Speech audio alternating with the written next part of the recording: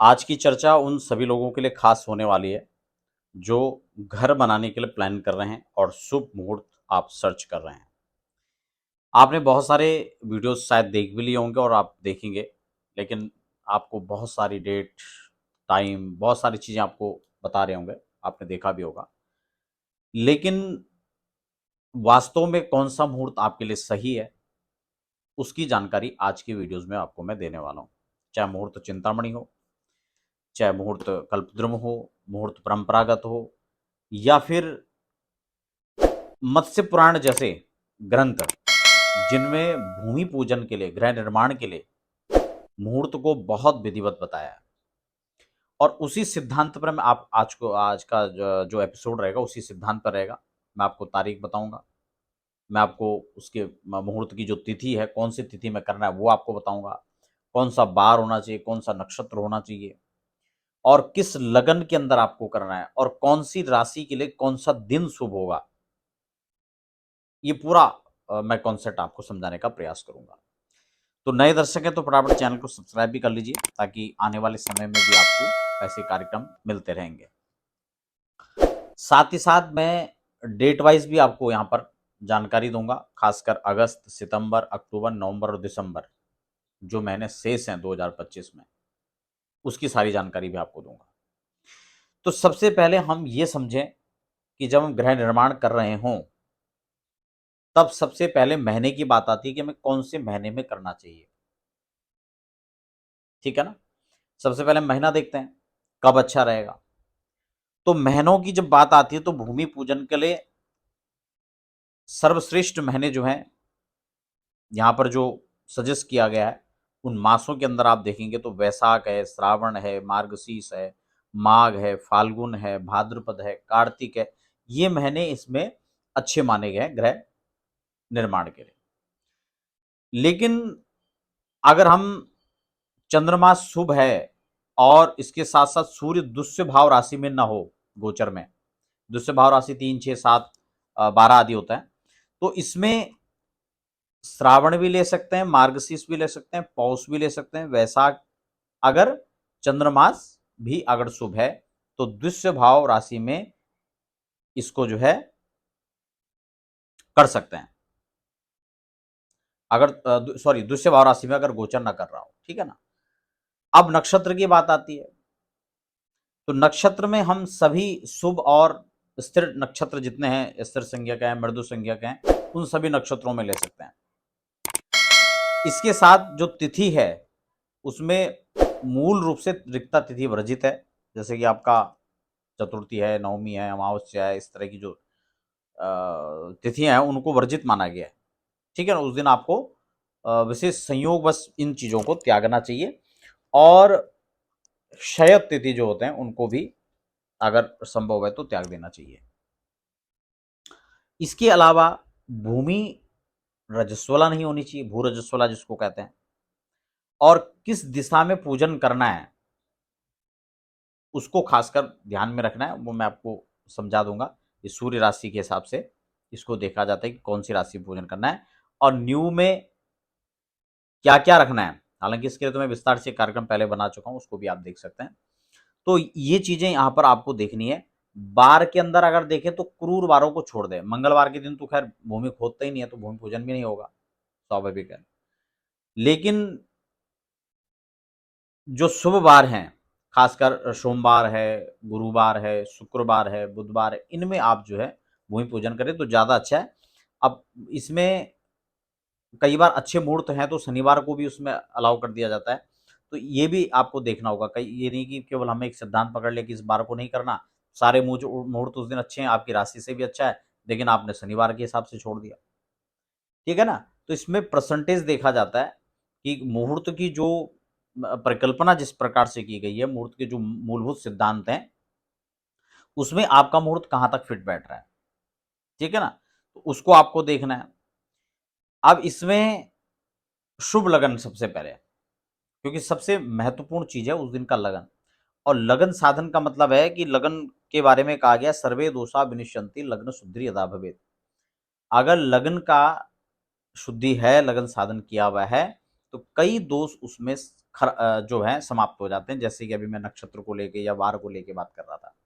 ठीक है ना, इसीलिए मैंने उस पर डिटेल में सारे आपको नहीं बताया कि एक एक करके कौन कौन से, क्योंकि उसमें ये सिद्धांत लागू हो जाता है तो वो चीज़ वहाँ पे गौण हो जाती है, फिर उसकी प्रायोरिटी नहीं रहती।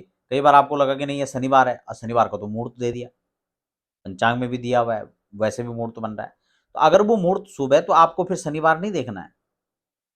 पता लगे बार तो सोमवार है, आपने बार का तो अच्छा चयन कर लिया, लेकिन आपकी राशि से प्रतिकूल चंद्रमा है, तो फिर तो उसका कोई मतलब ही नहीं रहा। या आपने गलत लगन में कर दिया तो भी उस बार का कोई अच्छे होने का कोई मतलब नहीं बनता है। इसीलिए इन चीजों को मूलभूत रूप से तैयार आपको ध्यान में रखना है। और गोचर के चंद्रमा, क्योंकि राशि से जो गोचर का चंद्रमा है, अगर वो 4 8 12 है तो वो भी नहीं होना चाहिए।